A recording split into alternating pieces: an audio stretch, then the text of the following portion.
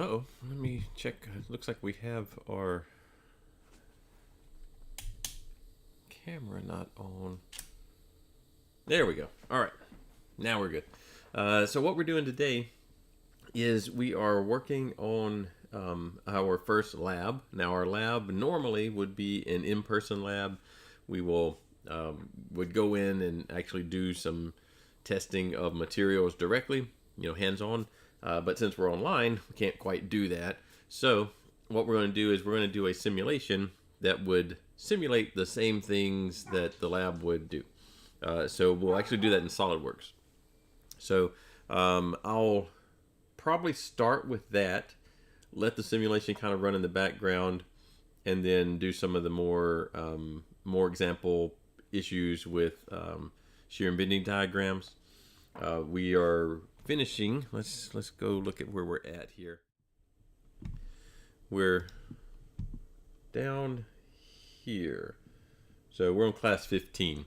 So we have not finished with beams yet. We still have a couple of more things to do with beams. We have moments of inertia, which are related to beams bending. So we want to detect or determine how far a beam would bend under a given load situation. We want to do our design of beams, which would be, in our case, not so much designing the cross-sectional profile or anything, but it would be selecting the appropriate beam for a given load situation. And then we've got two topics on beam deflection. So now that we know how to do moments of inertia from scratch, plus we know how to look them up in the charts, we can start to figure out how the beam would deform under some load that we have created. And then we'll get ready for exam 2. So exam 2 will cover, it'll be on July 20th, it looks like, and it covers basically beams. So the exam 1, last thing it covered was centroids, and since then we've pretty much just done beam topics. So either frames of machines which contain beams, but in the frames of machines we're looking more like the calculating the stresses at the different joints, then taking the beam parts of frames of machines and analyzing the shear and bending moment in the beams, calculating the bending stress in the beams. We'll move into calculating the beam's moment of inertia and selecting the appropriate beams and deflection of beams. All of that kind of stuff is exam 2 on July 20th. The SolidWorks stuff is very minimal on the exam. So at best, you're looking at having a content question about how the SolidWorks simulation works. But no, you're not going to actually do any finite element on in SolidWorks. So let's get into the SolidWorks stuff so we can get that simulation running. It'll take a couple of minutes at least to run, maybe even a longer, since we're doing a stream and the simulation at the same time on the same computer. So it might take a little longer. So I want to go ahead and get it started, and then we'll move on from there. So the test that we're simulating is a very common tensile test that is typically used for determining stress strain type properties. Remember when we did the stress strain diagram and we drew the curve that showed the relationship between stress and strain? We had the linear region and the elastic region, and we got the moment of inertia, all that kind of stuff. That data comes from one of these tensile test experiments. So typically you're using a tensile test specimen. This is the ASTM D638 specification. This is just in some paper on ResearchGate. I'm pretty sure you could probably find this model in CAD, on GrabCAD. I don't know that you could actually find the ASTM D638 PDF itself. Those standards, ASTM is a standard generating company. Organization is a better word. And so what they're doing is American standards. Oh, what is it? Let's make sure we get the ASTM abbreviation right. Let's see, we're American Society for Testing and Materials. So that's what ASTM is. And they generate a document for all sorts of different testing standards that you might want to follow. So they have one of those documents, and there's thousands of these documents, and they update them periodically. So one of them, ASTM D638, specifies a dog bone. So if you look at the shape on the screen, it sort of looks like a dog bone. It's long, it's got bigger ends than the middle part, so it kind of looks like what you think of as a cartoon dog bone. Test specimen for these tensile tests, and they'll have different shapes. There's like probably 5 different versions of this dog bone. There's small ones, bigger ones, in between ones. This is kind of in the middle size. This is a flat sample. You might also have round samples too. And so there's a whole variety of them. So this would be one similar to testing. Let's see, it looks like they have some pictures here. Here's a picture of it in a testing machine. So this is, see if we can make that a little bigger. There we go. So here in the middle, you've got the test specimen. This particular machine, I don't know, it's an Instron. It says over here, Instron Universal Tester Experimental Setup. So Instron is the brand name of this particular tensile test machine. This crosshead here will move up and down. So there's probably lead screws. Most of these are lead screw driven at this scale. They do make much larger ones that are hydraulic. This is probably a lead screw driven crosshead. Here, actually right, well, it's pointing to right here. That could be the load cell. It's hard to tell in this picture, but there's a device that's used for measuring force, and it's connected in series with your clamps. So there's the clamps and there's your actual specimen, and it's going to measure how much force is being applied to the specimen. You also the machine is knowledgeable about where this crosshead is, and so as it moves up or down, it knows how far it's moved. So you can measure displacement and you can measure force as you're collecting this data. So the idea would be you clamp your specimen in here, you set some feed rate, and you tell the machine to move this crosshead upwards, therefore stretching out this tensile test specimen until your end conditions are satisfied, which is usually fracture. So usually this little thing breaks in the middle, and all along the way you've collected force and displacement data so that you can generate your stress strain plot. I doubt they show a stress. Yeah, they're just showing some other pictures, but you know what a stress strain plot looks like, hopefully. And well, just to make sure, let's grab one real quick. There's one. There's a typical one right there. So I'd like for it to not be under my picture though. There we go. So you know this thing, this is generated from one of these type of experiments, and so that's what we would do if we were in person. Is everybody would get their little sample. They'd be wooden samples, and you would go and load this in the machine and pull on it and record data. Actually, we would probably just record the maximum force instead of getting the entire plot, just to simplify it a little bit. But since we don't have that in person, we're going to simulate this in Solidworks. So we're going to take our cross section. Did I close it? Well, I think I did. It's right here. Where did I put it? ASTM dog bone shape. So we're going to take this, we're going to build it in SolidWorks. I'm assuming that you have very minimal SolidWorks experience. You've probably, you know, if you're one of the students that's been through 122 and 120 and 121, I think, then you have done some little amount of SolidWorks. You at least made the impeller. You probably did not. In fact, let me ask my little poll here. There's only 4 people watching right now live, so it won't be much of a poll, but we'll ask the poll anyway. You probably have not done the simulation side, so I'm going to do mostly SolidWorks today. We're going to build this, or at least close. I'm not going to be super picky about getting these all exactly right for what we're doing today. This is just an example. We're going to build this flat sample in SolidWorks, and then we're going to simulate loading it as if we bolted it into one of the, or clamped it. They're not bolted, they're clamped up. So I'm going to start from even the drawing part. I haven't already drawn this thing. So here we are in SolidWorks. This is, I don't even know what year this one is. Where does it tell me? doesn't tell me. There's probably somewhere that it will tell me the version of this one, but I don't know. This is 2021 or so. SolidWorks. Somewhere relatively recent, but not like the most recent one. This part works identical in all of them within the past many years, actually. So let's take our, I need my reference so I can see it. I'm going to move it out of your way, but I need to look at it. Let's take and draw. Maybe I can make it small enough that I can use it and you can see it too. But every time I click, it's going to hide it. So I'm just going to not worry about it. Let's do an extruded boss. Let's do the top plane. And let's draw out what this thing might look like. Now, this thing is symmetric.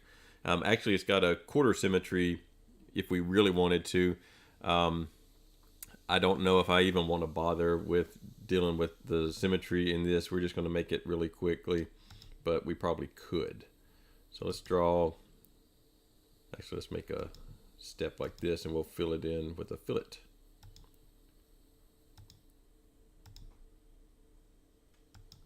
Maybe we will do symmetry since I've built this. All right, so let's get some, actually it looks like I'm in IPS. My reference is in millimeters. So let's do millimeters, switch over to millimeters on this thing. Let's edit our sketch and let's put in some dimensions. So this is, this little region here is not exactly the gauge. Actually, let's start from another direction. That one's going to be easier to do later. Delete that one. Let's do this one. So the width of this thing is supposed to be 19 millimeters. Here, this is where the clamps are going to grab a hold to the thing. The whole reason that this is a dog bone shape, you know, it's big on the ends and smaller in the middle, is so that when you clamp onto it, you're not expecting it to break where you're clamping it, because just the clamping force is going to complicate the loading and everything. And so you've got this narrow region in the middle called the gauge region, and you're assuming that the failure is going to occur in that gauge region. So that's why we have these bigger ends and the skinnier middle. And let's see what else I have here for dimensions. This dimension, it's actually set up a little bit differently, but it looks like it is... all right, we're going to simplify this. Of 19 minus 6, this should be 3. And then that should center it. So I'm hard coding in these dimensions where, you know, realistically they would, or not realistically, but a better approach would be to not hard code them in. Now I need a place for the fillet here to go. Now it's not exactly a fillet because it's not tangent at both edges, but it's a smooth transition. So I could just put a fillet right here in the corner, but that's not what I want. So I'm going to look at my gauge length is supposed to be 50 millimeters. So let's put us another line in here, and we'll make this a construction line, I think. For construction. There we go. And then let's dimension it from the center. Let's make that 50. No, 25, because the whole thing is 50. We're only doing half. 25 millimeters. And then from that point, actually, yeah, that's all right. So from that point, more or less, to this corner, we've got a little spline. We'll put a spline in there. And we'll just kind of, I don't know, there and there. Oops, there we go. And then we can trim. Whoops. Get back on my sketch. Trim that guy and that guy. Oh, I'm forgetting which piece of software I'm using. So let's do a power trim. Yeah, that one.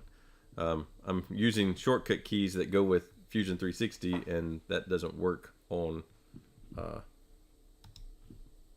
SolidWorks. See if we can get those lined up. Again, not the best way to do this, but the way I'm doing it. And then let's trim. Do that. That looks close enough. You know, if I were doing this for real, we should probably go in and edit our dimensions a little more carefully, but this is what we're going to do. Say that we're done with trimming. We're done with this piece of the part. Let's do an extruded. Actually, let's select our sketch and do an extrusion. And it's supposed to be 3.2 millimeters thick. So that looks good.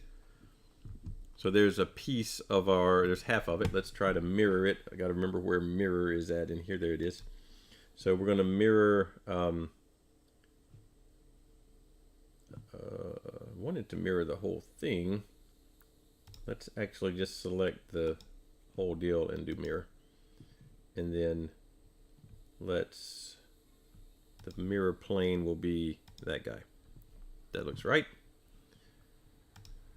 There we go. So there's our little ASTM standard. You could have created it a little more accurately than we did, but if we look at our top view, let's see, I really am messing up with creating using the shortcut keys and strokes for the wrong stuff. So, I mean, that looks reasonable. Close enough. It's not exactly the same in this little region based on the ASTM standards, but it's going to give us what we need for our little simulation. All right. So let's save it before something crashes on us.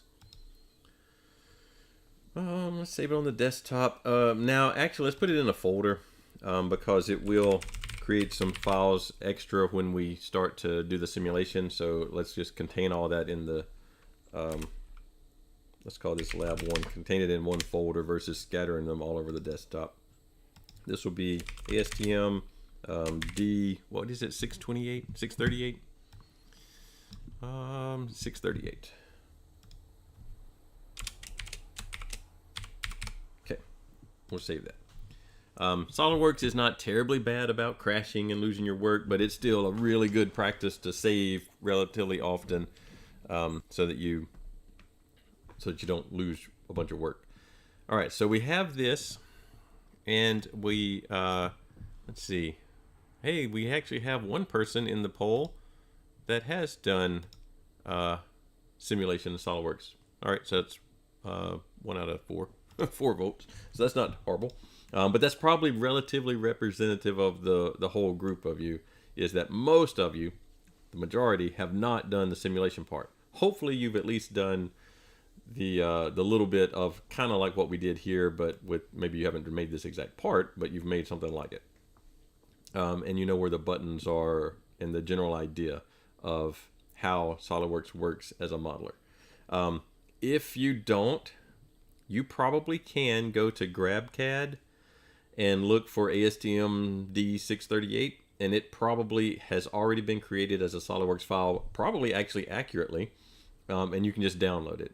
GrabCAD's a really good source for engineering related files that are usually pretty good, and they usually have not just STL files like for 3D printing and things like that, but the SolidWorks files, and sometimes Fusion 360. And Fusion 360 can import SolidWorks files if you need it to. All right, so there's our part. We've saved it. Now what we want to do is we want to set up the simulation for it. So I want to go to SolidWorks add-ins, and if you have the educational version like we have, then you've got this SolidWorks simulation button. I do want to use SolidWorks Simulation Premium, not just SolidWorks Premium. If I do SolidWorks Premium, I can run one kind of simulation, which will be good, but it's just a static simulation. In this case, I actually want to do I want it to stretch out and elastically deform, because in the real test, what would happen is we would stretch on this part. Let's see if I can get our get our pictures back over here for a minute. Let's see, there they go. So in this stress strain curve, you know, it's stretching atomic bonds out here. It starts to yield, so it's actually deforming permanently at this point. And then up here at the peak, it begins to neck. And what that means is somewhere in the center, in that gauge region of the tensile test specimen, it is reducing its area. It's shrinking down. Hopefully our simulation shows that. If we did just the static simulation, it would not show that. I don't think it would anyway. It might, but I don't think it would. And then the necking continues until it fractures. Now, in our simulation, it won't actually fracture. It'll just give us an error that it can't proceed because the shear, or well, not the shear, the tensile stress has exceeded the tensile strength of whatever material we set it up as, and that counts as fracture. It's just not going to really pull it apart in our pictures that we look at. So I want to do Solidworks Simulation Premium. So it's going to add that in, hopefully. I'm going to end the poll while we're waiting on it to add in. So normally these things don't take quite as long to do, but since I've got stuff going in the background, it is slower than normal. So now I get this little simulation button up here, or tab, and I can do a new study. So I want to do, so normally you can see all these buttons, but only the static one is visible, and I can't do any of the other ones, and so I am limited to just static. If that's the case, you load this up and it's the case, what that means is either you don't have a version of SolidWorks that can even do any of these other fancier studies, but if you're using the school version, then what that means is you did not, when on that little SolidWorks add-in tab, you did not click SolidWorks Premium Simulation, or Simulation Premium, I think is the order it goes in. You didn't click that one, and you're on the basic one. It may even say Premium. I think it does. I think it says SolidWorks Premium, but the one you actually need is SolidWorks Premium Simulation, or Simulation Premium. I don't remember the order. So like I said, I want to use that one because I want to do a nonlinear because I want to simulate this nonlinear part of the study. I don't want to just do the linear, stretching it out and calculating the stress. I want the simulation to take care of this necking. Hopefully it will. But it will only do that if I tell it I want a nonlinear study. I have two options here, dynamic or static. You might think that it's dynamic since I'm stretching it, but I'm actually going to do this as a static study, I believe is what I want. Okay. Now, usually the best way to do these is to just follow the list of stuff it has here. So you can follow across the top or down the side. I usually do down the side here, although these buttons across the top do the same stuff. For whatever reason, I always use this one. So first, yes, I need to tell it what material this is. So I right click. I'm going to apply. I could do favorite material, but I need to show you a particular thing. So I'm going to do apply edit material, which will take a little bit longer. It's got to load up the material database. And some of these materials are not set up to be nonlinear. So I do need to pick one. Here we go. So an alloy steel, this generic alloy steel, is one of the ones that I can have these nonlinear options for.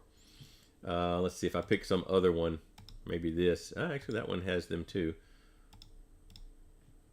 Yeah, actually, quite a few of them do.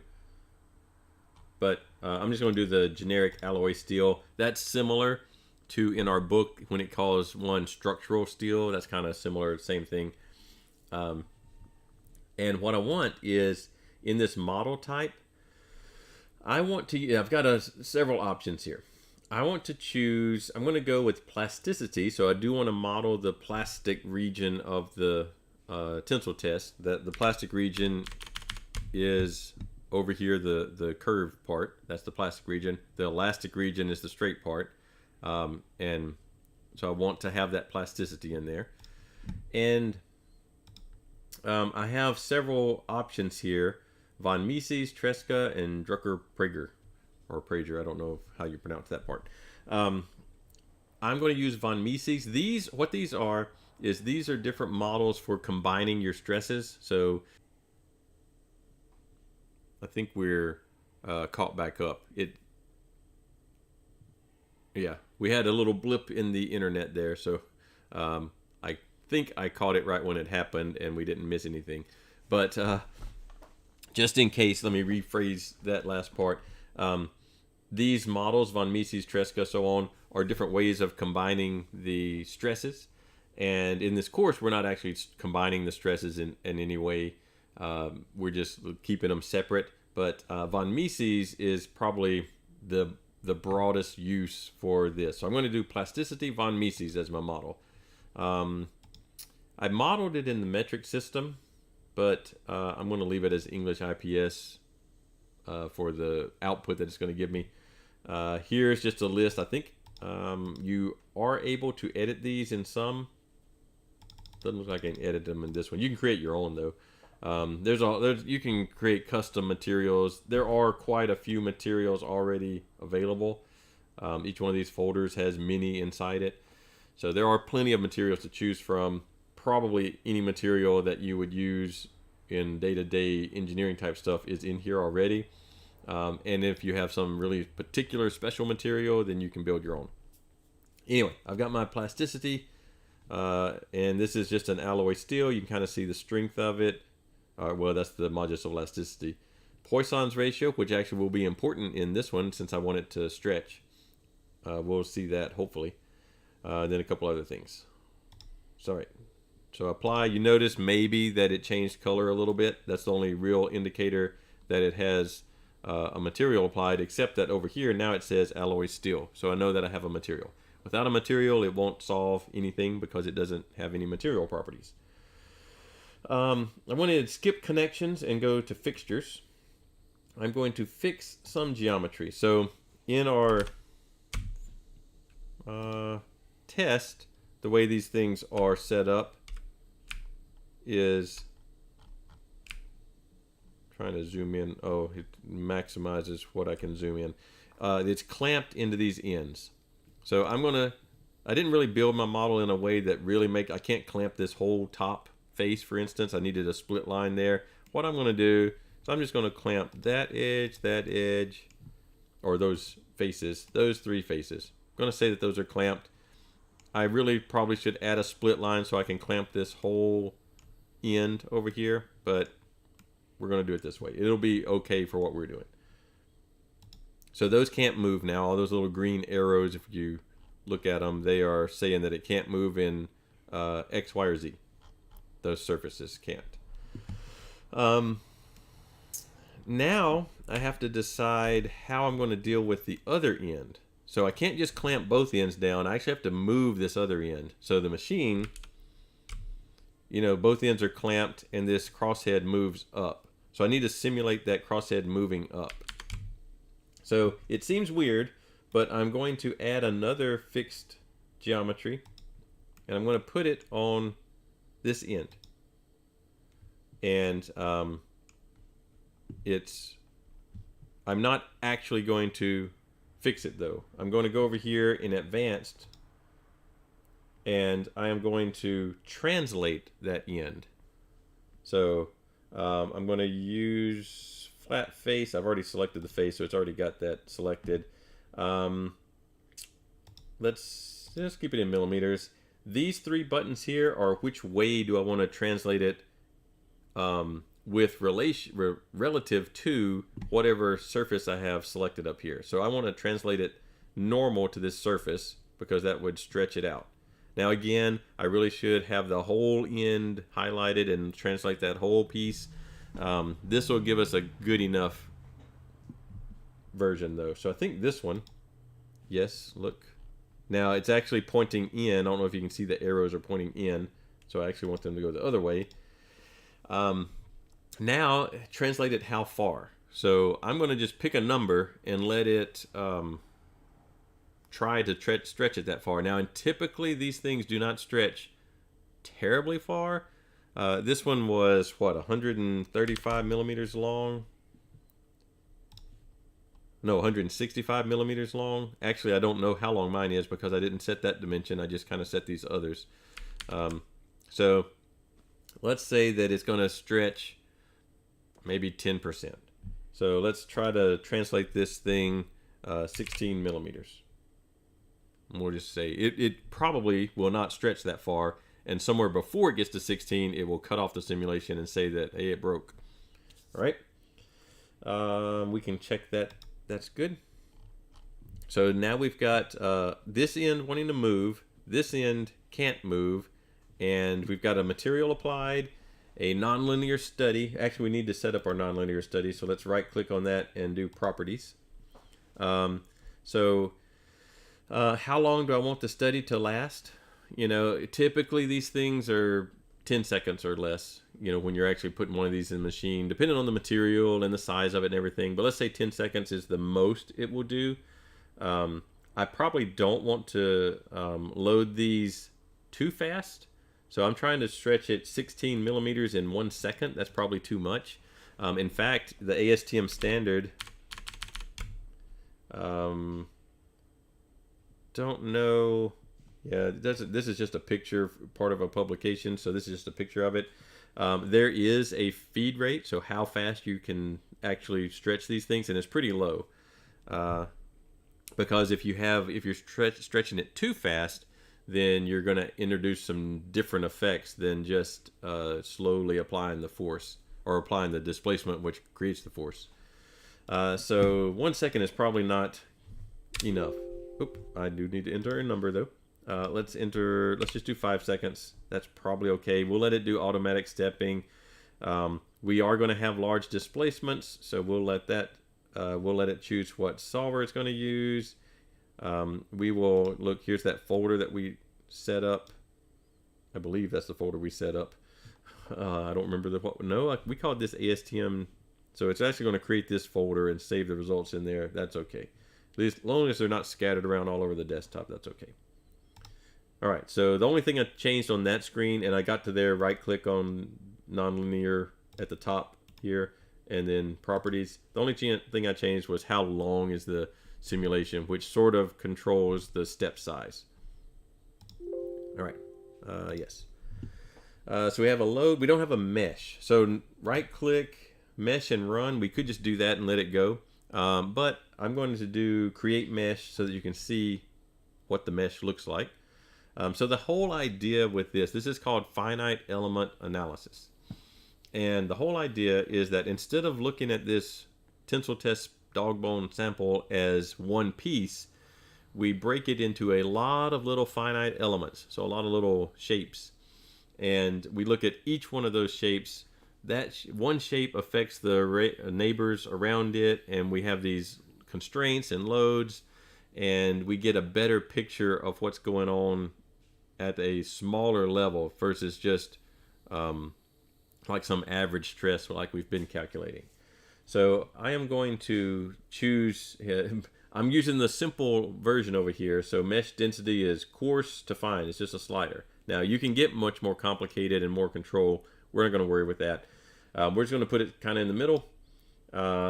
Let it tell us if there are any distorted elements. So part of the nuance of a finite element is if you have a really distorted one. So it's a long skinny element, then it can give you bad results. And so we will check that.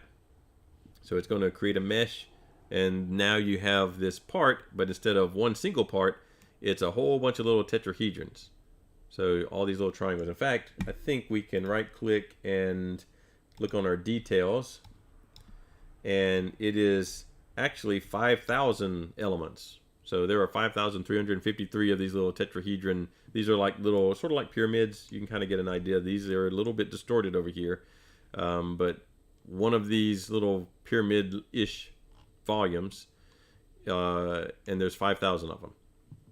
And so now I can solve, so it turns into a giant matrix problem, and I can solve, well, SolidWorks will solve for the stress in each one of these little elements.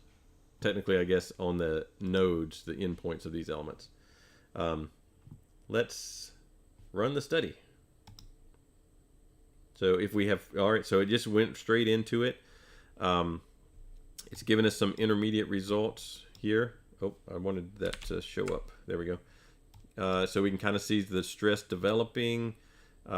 I don't know how long it will take for it to actually solve. That's why I wanted to go ahead and get this started, and then we'll look at some other stuff while it's doing its thing in the background. And we'll just check on it every now and then.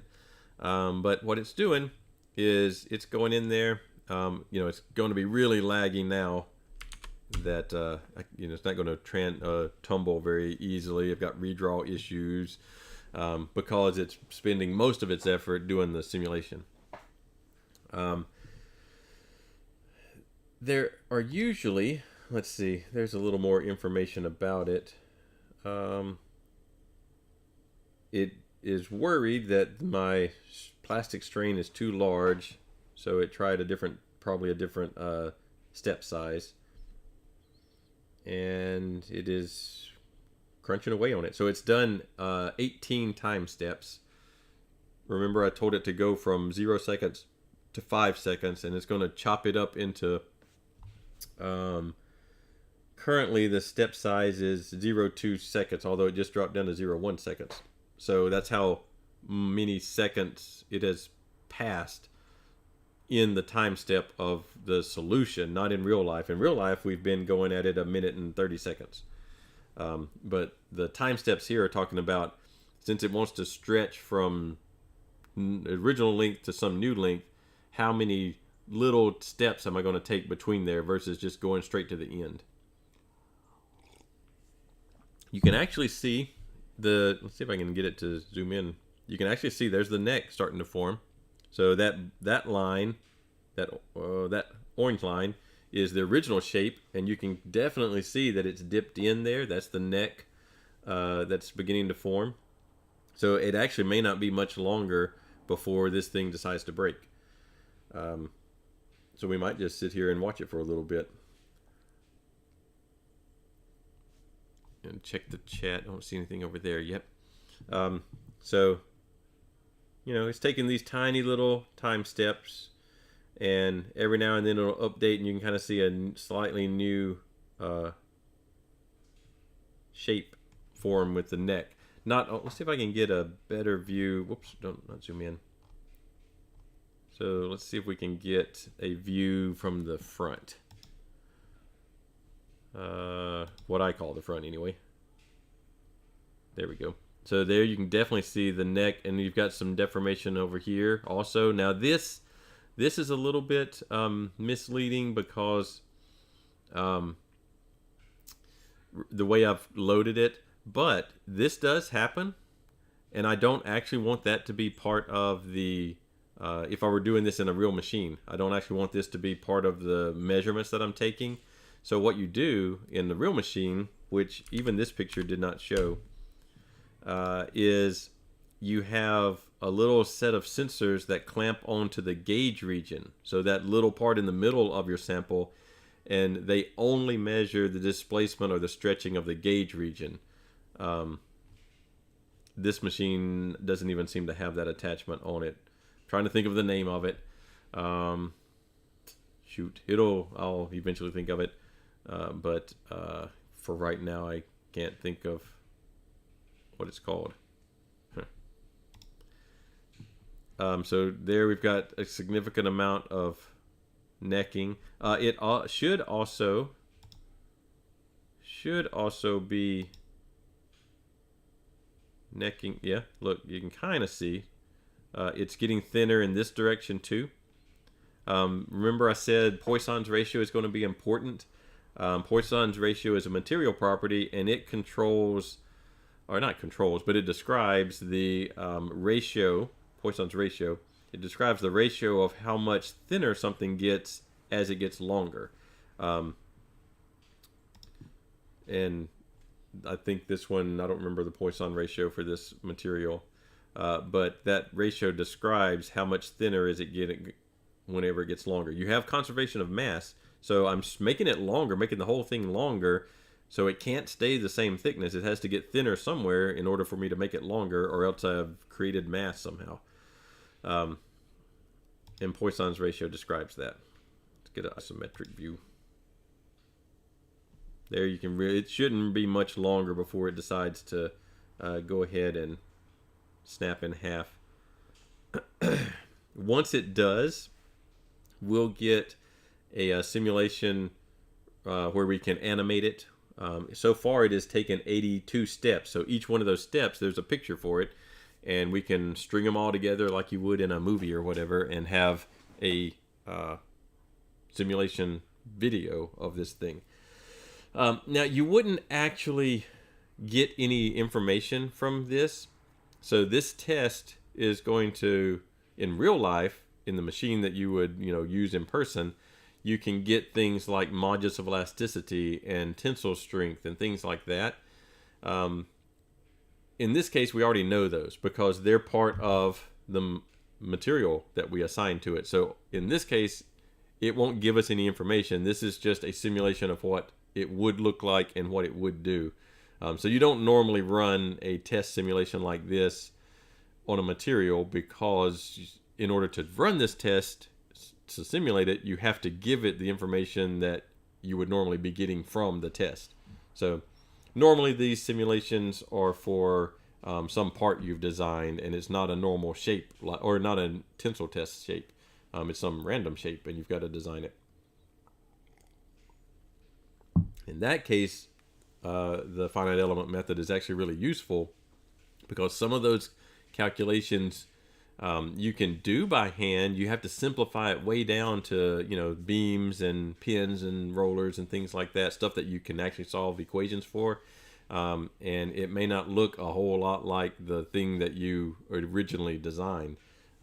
Whereas in finite element, you can take the CAD model that you use for your design, throw that thing into a simulator, and at least get an idea of the stresses. You still need to do it by hand, at least a first approximation by hand, to make sure that your finite element analysis is giving you realistic results. So it does take some experience and intuition and everything to use the results from finite element to mean anything, because it can totally give you a made-up answer if you are not careful in your building of your finite element model to begin with, and which we were not. We were not very careful. We just kind of took all the standards.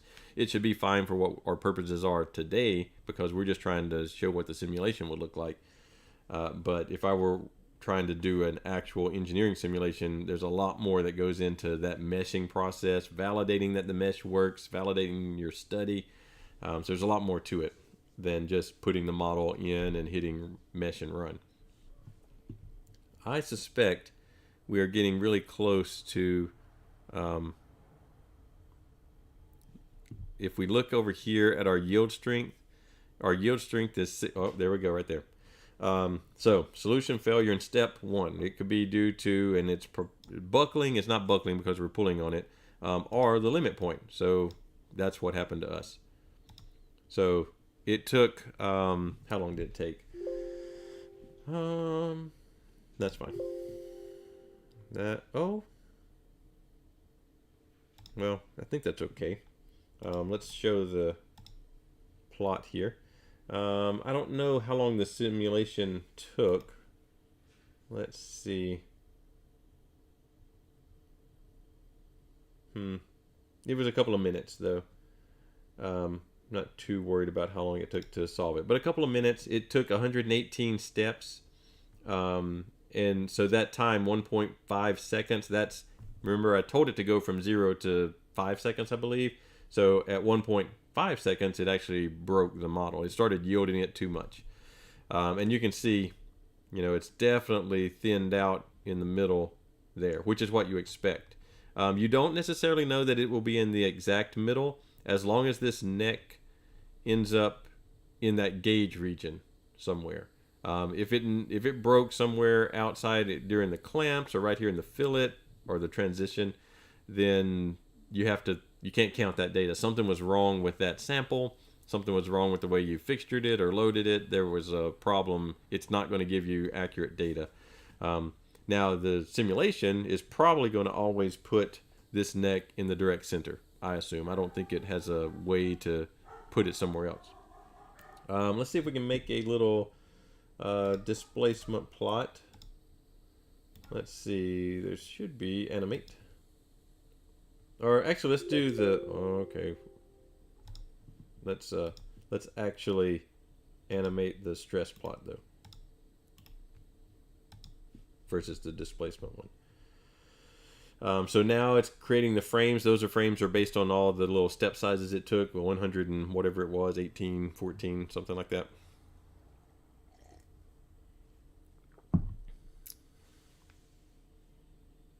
All right, so now it's going to animate it. So you can kind of see the neck form. And it's in a loop, so it's going to keep animating it over and over. This is very similar to what would happen in an actual tensile test. You can sort of, it's hard to see, but it is getting thinner. You can see it when it flips back to the beginning of the simulation. You can definitely see how it thinned out in the middle here also. You can definitely see the neck from the front view. Definitely. So, again, you're not going to get any information out of this like modulus of elasticity or tensile strength, because those values are actually part of the material. You know, the material itself there's the elastic modulus right there. It used that number to generate these results. There's the tensile strength right there in PSI, and it used that to generate when it stopped. And so you won't get any of that out. There's Poisson's ratio 0.28. All of those material properties you could get from an actual test, but in order to do the simulation, you had to give it that information to begin with. So you're not going to run one of these as a replacement for an actual tensile test. But you can run one of these simulations as a non-destructive way to test a part you've designed, or get some ideas on if you've made things big enough or small enough and optimized and all that kind of stuff. So hopefully that helps you get lab 1 working. I'm going to close this out to get some resources back. We'll save everything just to have it. And let's go back over here.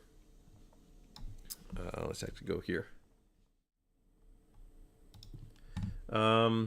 So the lab here, now when I click on this, it's going to say 2020, yeah, lab 2020. That's just, it's a PDF, and I didn't want to go edit it.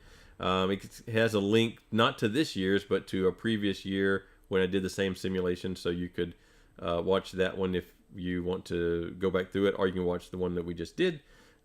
Gives you a couple of things. You're going to draw your part. You'll do a little layout view. Oh, I should probably show you how to do that. Of your part, and then something during your simulation, you know, one of the results, and then our little write-up of what you did. There's a form. Well, that form will only work if you have a school email, though. All right, let's. Oh, I'll close SolidWorks. Well, so to do the 2D layout view, you create a part. And then create a 2D drawing of that part. I will try to get SolidWorks running again. It is 2021 also. There's the 2021-2022 SolidWorks. And we will try to do that layout. So maybe we don't need any other things other than SolidWorks today, because it is going to take a little while to load this up and show you how to do the drawing view. All right, so let's take the part we just did.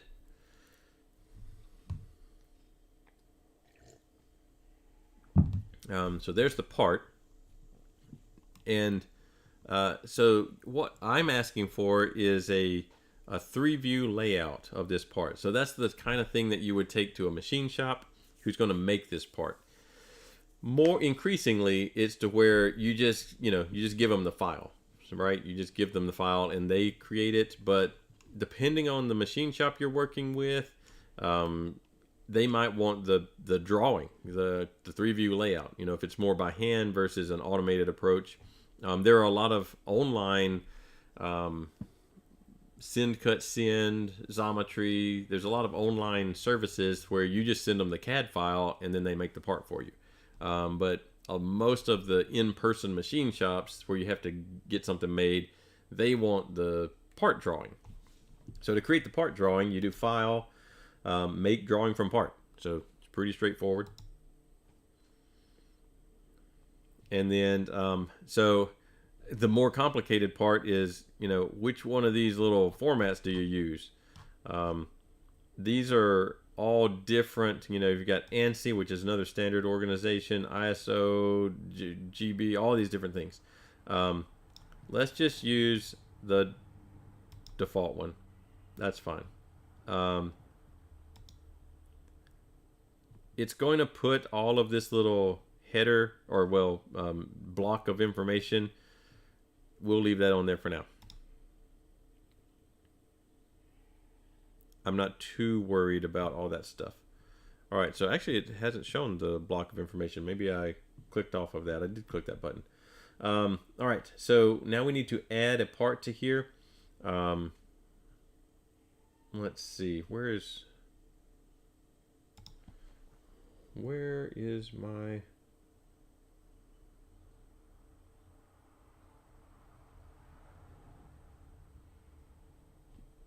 I don't know if it's still loading or if it is...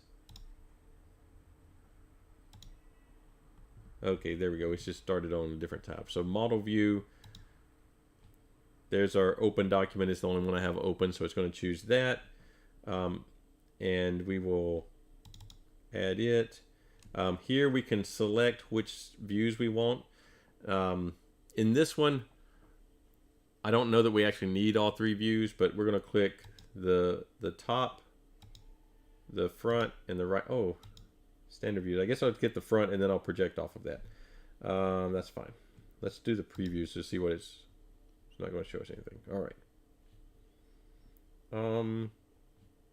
Oh, create multiple views. There we go. So there's the front is just this little box here. There's the top. Oh, this is just giving us a bounding box. There's the right side. There's an isometric view. That looks good. So now it actually grabbed from the part itself. This view right here is probably not useful, the right side view, but that's okay. Now you can, you can grab these and move them around. They do stay constrained to each other so that you can't unalign them. So now this ISO view is not really bound to any of them. But the idea here would be that you could take this drawing with the dimensions on it. Let's see, let's put some dimensions on there. There's dimension. So normally you want a dimension from the view where the dimension is actually shown. So there we go. These are in inches. I designed it in millimeters though. So that does all of those, and then I need one from there to there. I